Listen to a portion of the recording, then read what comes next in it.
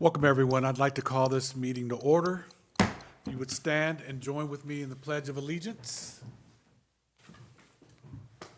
I pledge allegiance to the flag of the United States of America and to the republic for which it stands, one nation, under God, indivisible, with liberty and justice for all.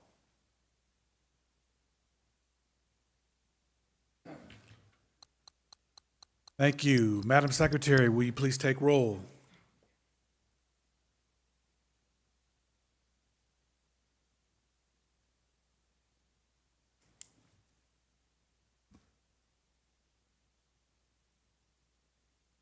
Chair Burton, Present.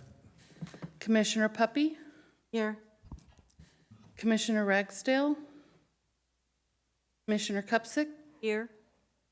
Vice Chair Damasio, Here. Commissioner Bassler, Commissioner Trupiano, Here. Alternate Hester, Alternate Manuel, Alternate Belshi, and Alternate McDonald. We have a vacant seat this evening for District 2, and we have District 6 on Teams. Thank you. The next item on the agenda is approval of the minutes from the August 12th, 2025 Planning and Zoning Commission regular meeting. May I have a motion to approve the minutes? Make a motion to approve the minutes of August 12th, I second. 25. I second. It's been moved in second. All in favor? Aye. Aye. Any opposed? We are rolling. Regular agenda item number 3A, Jackson Place Manufactured Home Park Conditional Use with Site Plan, case number PLZU-25-0002. Public hearing and request that the Planning and Zoning Commission approve this subject to conditions A through I. And I believe Mr. Jarek Dunn is up to hit.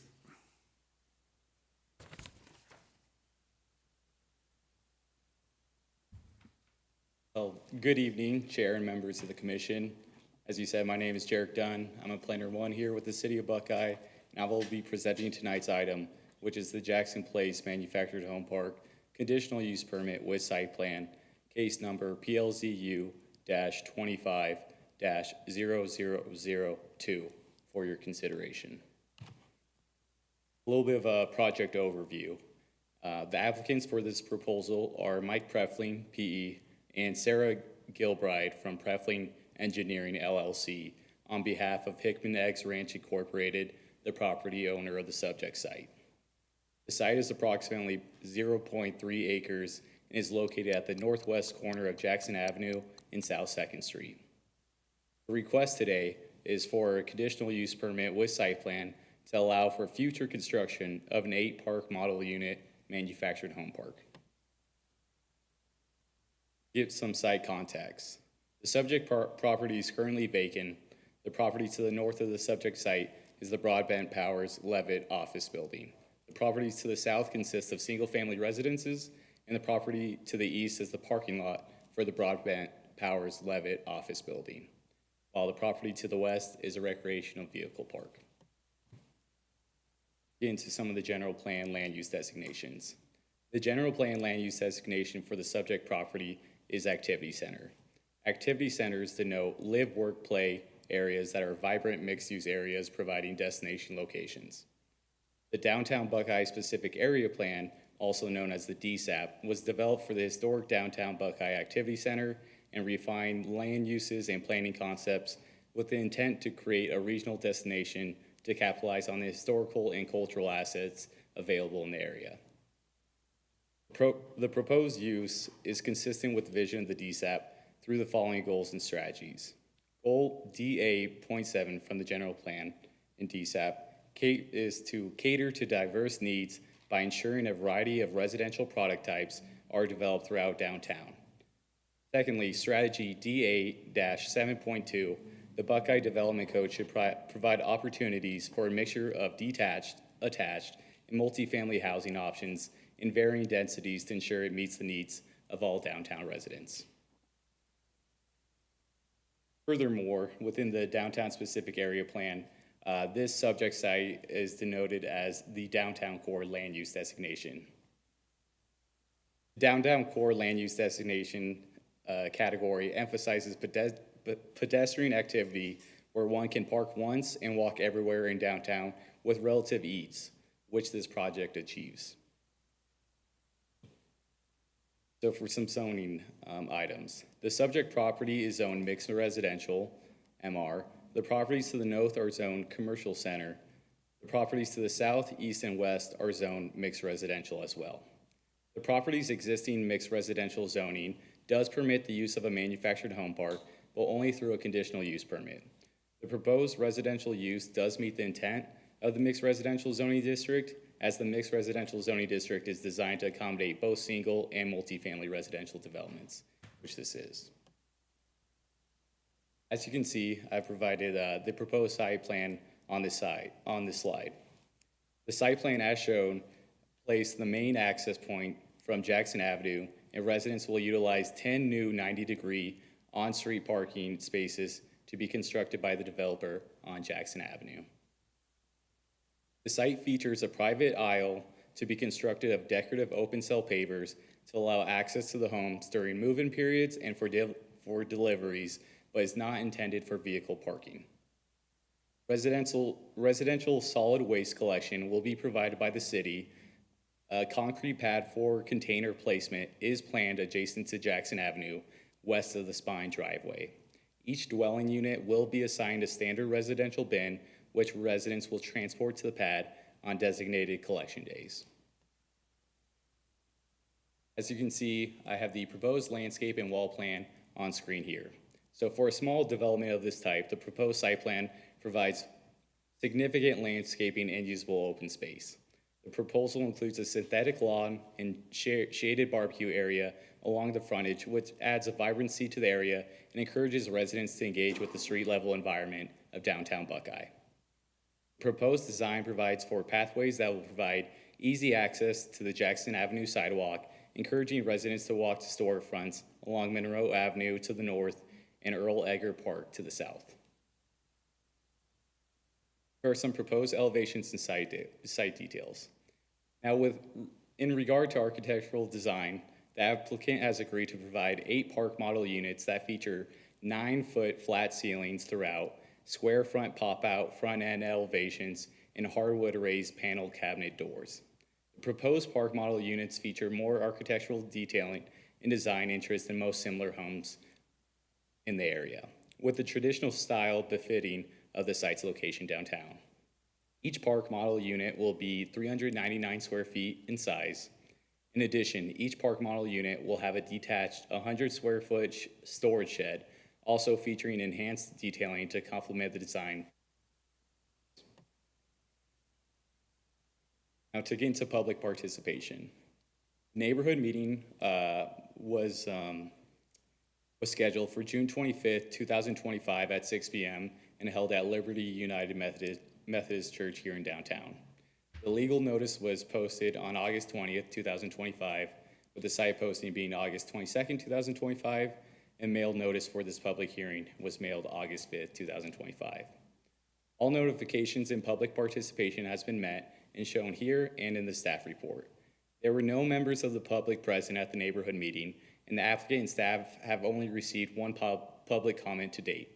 A member of the public wanted to know more information about the circulation and size of the park, which staff provided. So to get into some key findings. We found that it was conformed with the Buckeye General Plan. The conditional use permit application was reviewed for consistency with governing documents. It's found that the use is in compliance with the General Plan Activity Center land use, as it would support new infill residential development that's the character, size, and density and quality that respects the existing neighborhood character and maintains the quality of life for existing and future residents. In conformance with the use-specific and conditional use permit standards outlined in the Buckeye Development Code, a manufactured home park is permitted within the mixed residential zoning district with a conditional use permit. We found it operated in accordance with the recommended conditions of approval, and the use is not expected to disrupt the surrounding neighborhood. The associated site plan also shows that the height, setbacks, and design meet development code standards and are consistent with the character of the area. There were no outstanding issues for reviewing departments, and that those reviewing departments being engineering, fire, public works, community services, police, water resources, and development services. So, based on these findings, staff recommends approval of case number PLZU-25-0002, Jackson Place Conditional Use Permit with site plan, subject to conditions A through I. Staff is now available for questions at this time. Thank you, Jared. Great job. Mr. Bassler, any questions? My question deals with the on-street parking. Is that city streets? Is that property that they are converting to parking? I haven't before seen that we did things that created on-street parking. Yes, so Jackson Ave is already a fully constructed public roadway, and actually within the downtown, there are no requirements for on-site parking. And so it is actually encouraged within downtown to provide on-street parking, because not only can it be utilized by these residents, but members of the public that also just want to park once and walk and explore the areas of downtown. And those parking spaces will be constructed by the developer upon construction. And just to add to that, Jared's answer is a good one. There are existing examples of this actually right around the corner on, what is that? Second Street. Just east of the Parker Levitt Insurance Building. They have their own parking lot, but then there's on-street parking as well there. And then, of course, 4th Street and Monroe have lots of on-street spaces. Yeah, I guess you don't need to deal with snow removal, so, okay. Thank you. Vice Mayor. I'm sorry, Vice Chair. Excuse me, sorry. I have no questions, and I'll take the motion. Thank you. Ms. Cupstead? No question. Thank you, Jared. Ms. Puppy? No questions, Mr. Chairman. Thank you. And Mr. Tripiano, are you on?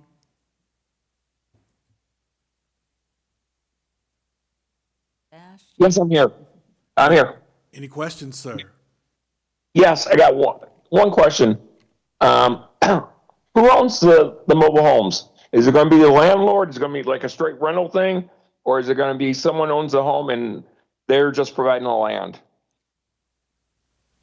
So Hickman Eggs Incorporated will own the land and the homes, and they'll utilize these park model units for their workers on site, which they will transport from the site to their facilities, and then upon the end of the workday, transport them back to the site. So it'll be Hickman Eggs that own the park model units.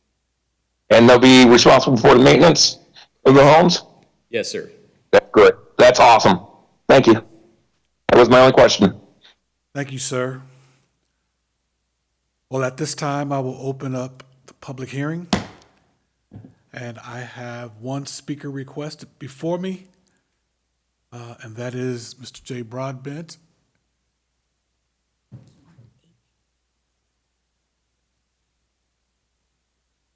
Sir, if I could get you to raise your,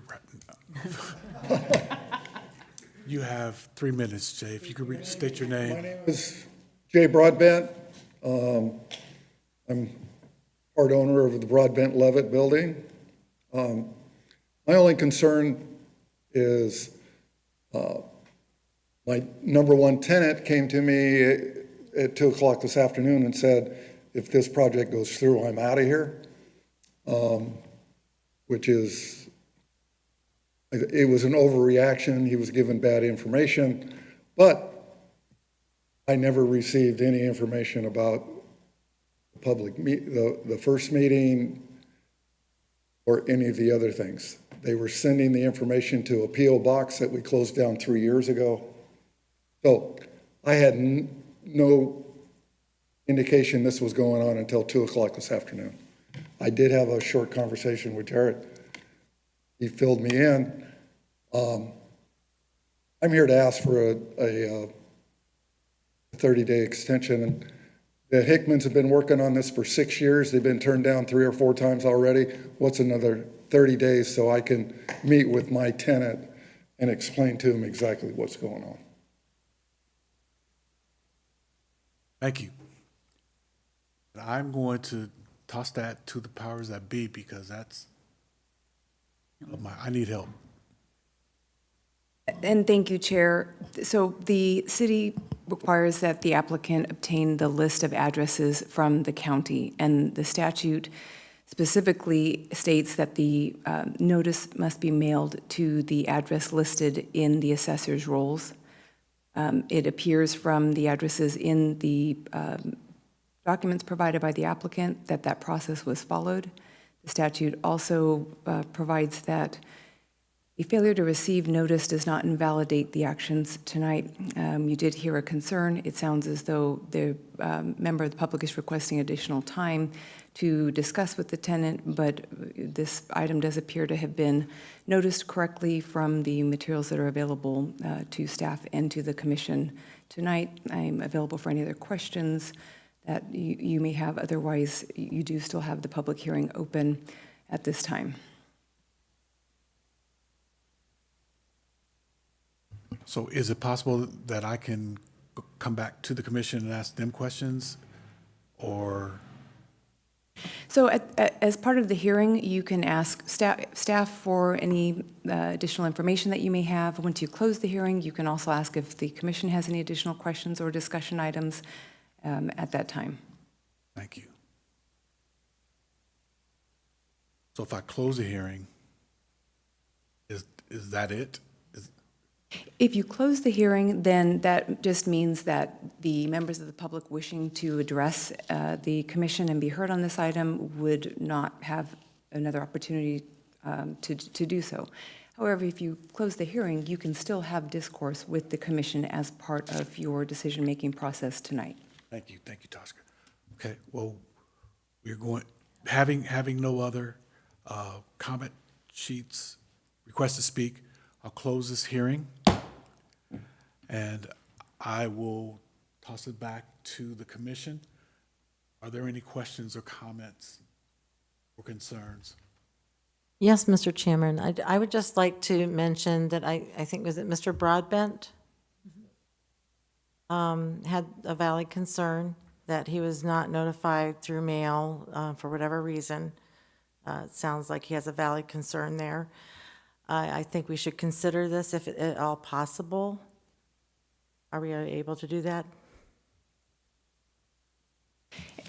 Chair, Commissioner Puppy, what do you mean by consider? He's asking for an extension because he was just notified. He didn't know about it.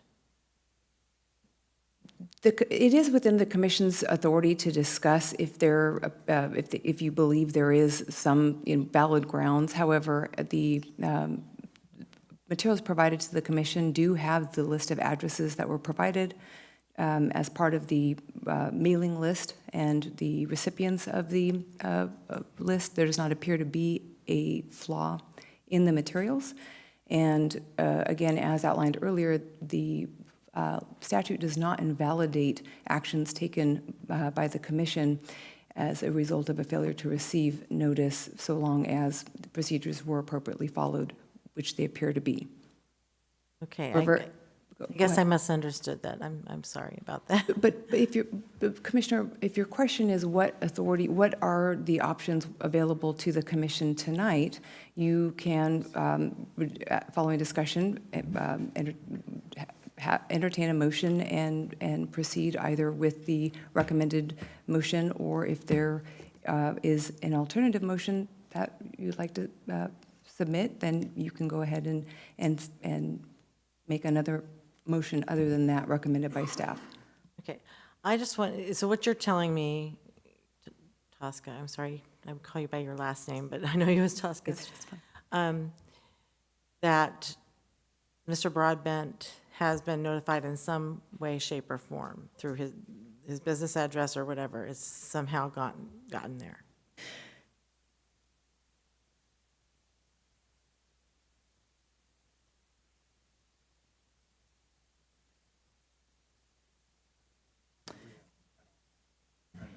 And Commissioner, part of the packet materials contains a list of the notice recipients of the notice.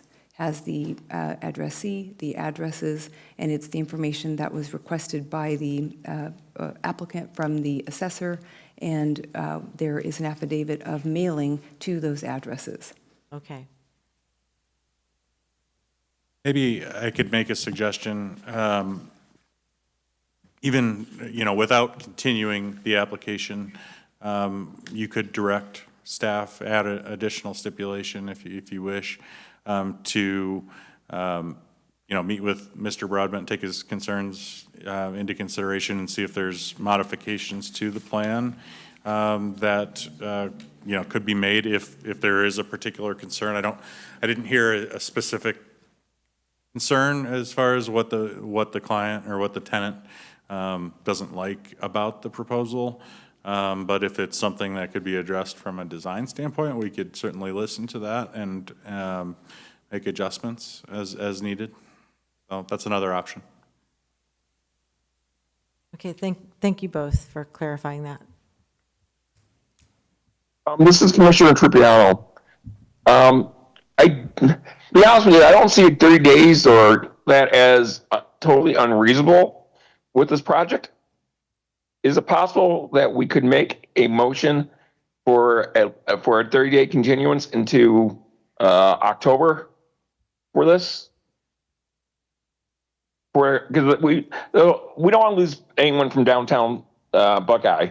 And it sounds like this, even regardless of whoever it is, we might lose a business from downtown Buckeye, which is counterintuitive to what we're trying to do here. So if we could give the 30 days to have something worked out, or at least give it a try, at least we gave it a try, rather than automatically lose a business downtown. Yes, that's Chair or Council Member, my gosh, Commissioner Trupiano. That is certainly within the Commission's purview. If they want to, go that direction tonight, they can make a motion. Requires a second and a vote, just like anything else. Okay, I would at this point, I would like to make a motion that we continue this into October, one of the October dates.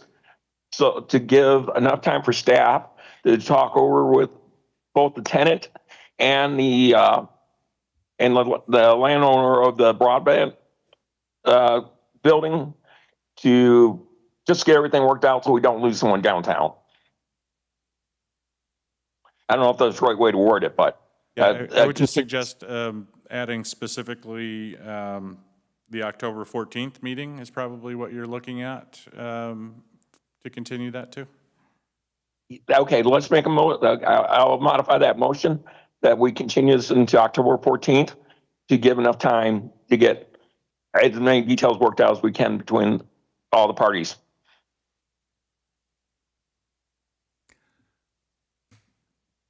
The motion on the floor, I'll second it. it has been moved and second, excuse me.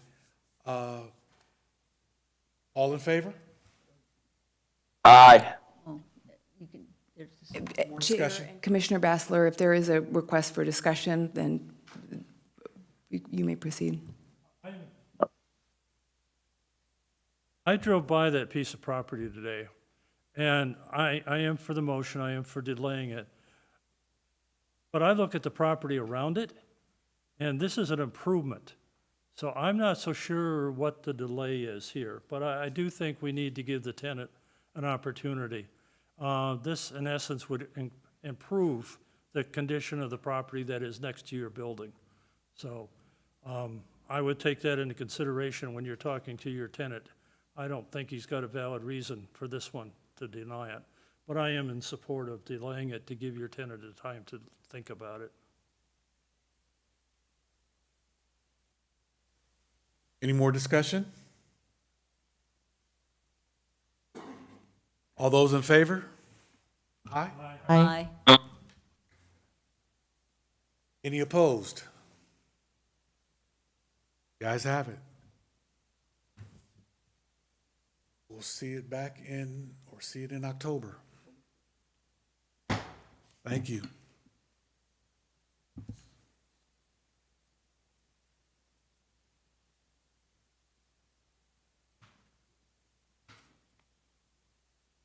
And we thought this was gonna be an easy night. It still can be. I'm so grateful for you. No. Any comments from the public? All right, thank you. Planning manager's summary, current events. Good evening, Chair. I'll be quick tonight. We will have our next scheduled meeting, 9/23. We'll actually be starting with the 5 PM workshop that day at the recommendation of one of our commissioners. Thank you, Commissioner Bassler. We will be having a workshop on the Housing Action Plan to discuss that document, which had been sent out to the commission for comment previously, but we'll kind of dig into that and the reasons why we're working on that with you guys. We'll have food. TBD on what that might be. Carrie's in charge of that, but we'll likely, assuming it's available, meet in the executive conference room for that workshop and then come in here for the regular meeting after. The regular meeting is going to have a monumental item. It'll have the development code update that Mandy Woods, principal planner, has been basically working nonstop on for the last 8 months or so. So that's going to be a big night, and look forward to getting that, having that discussion with Planning and Zoning Commission. The following meeting is the October 14th meeting. In addition to the item that was continued tonight, which we'll bring back for consideration, we will have a informational presentation also at the request of Commissioner Bassler by our Water Resources Department to address some of the common topics, questions that we get related to city water in general. Like, do we have enough water to keep growing? And Terry Lowe, our Water Resources Director, will be joining us that night to provide that. Actually, really good information to have. And then hopefully after that, in that spirit of informational presentations where we're not necessarily voting on anything, I would like to have our traffic staff provide a similar informational presentation. I did send them an email, but they've been ignoring me for a couple weeks now. So I'll have those conversations again and see what we can find out. Thank you, Ken. Planning and Zoning Commission, summary of current events. Ms. Puppy? Nothing to report, sir. Thank you. Ms. Cupsack? Taste of Buckeye Golf Tournament, October 4th. Ken, Taste of Buckeye Golf Tournament, October 4th. It? Yep, Wow, that's coming up really soon. yes. So, anyway, mark your calendar. Can you? I will, I'll talk to you after the. okay. Thank you, Ms. Cupsack. You're welcome, Mr. Burton, Mr. Chair. Let's call him Vice Mayor again. Vice. I have nothing, Chair. Thank you. Mr. Bassler. Thank you for the workshops, appreciate that. Thank you to all. And with that, what's that? Oh, Sebastian, I'm sorry. All right, I wonder if you're going to remember me, but I got nothing at this time. Oh wait, I did go to the Joe Foss gun range opening last month or earlier this month. It was awesome. If you guys have any weapons, you want to shoot them off, go out there. It's a great time. It's a real good facility. Thank you. So, Anything else? Did I forget anyone? Let's go home. Thank you.